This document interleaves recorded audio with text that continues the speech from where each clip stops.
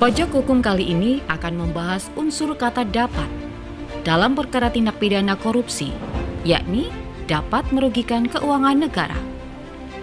Terkait unsur dapat ini pernah diuji ke Mahkamah Konstitusi oleh Firdaus STMT dan kawan-kawan selaku pegawai negeri sipil atau PNS dan pensiunan PNS yang dirugikan hak konstitusionalnya dengan berlakunya Pasal 2 Ayat 1 dan Pasal 3 Undang-Undang Tipikor. Para pemohon dalam perkaranya yang diajukan ke Mahkamah Konstitusi adalah sekelompok perorangan warga negara Indonesia yang karena posisinya sebagai pengambil keputusan merasa khawatir dengan aturan mengenai tindak pidana korupsi dalam Undang-Undang Tipikor. Para pemohon menganggap sewaktu-waktu dapat terjerat kasus korupsi karena keputusan yang diambil, padahal para pemohon hanya menjalankan tugas.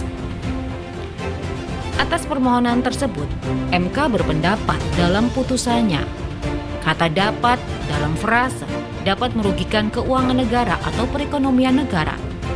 Sebagaimana tertera dalam Pasal 2 Ayat 1 dan Pasal 3 Undang-Undang Nomor 31 Tahun 1999 tentang pemberantasan tindak pidana korupsi, sebagaimana telah diubah dengan Undang-Undang Nomor 20 Tahun 2001 tentang perubahan atas Undang-Undang Nomor 31 Tahun 1999 tentang pemberantasan tindak pidana korupsi, yakni Undang-Undang Tipikor, telah dinyatakan tidak memiliki kekuatan hukum mengikat oleh Mahkamah Konstitusi, yakni MK. Melalui putusan nomor 25/PUU Romawi 14 tahun 2016 bertanggal 25 Januari 2017, MK menegaskan bahwa kata dapat sebagaimana dimaksud dalam Pasal 2 Ayat 1 dan Pasal 3 Undang-Undang Tipikor bertentangan dengan Undang-Undang Dasar 1945. Sejak dijatuhkannya keputusan MK tersebut, memberikan implikasi bahwa unsur tindak pidana korupsi tidak lagi mencakup kriteria yang bersifat potensial, namun benar-benar sudah terjadi atau nyata. Sebagai kejahatan luar biasa, kriteria tindak pidana korupsi harus pasti. Unsur-unsurnya pun harus bersifat faktual.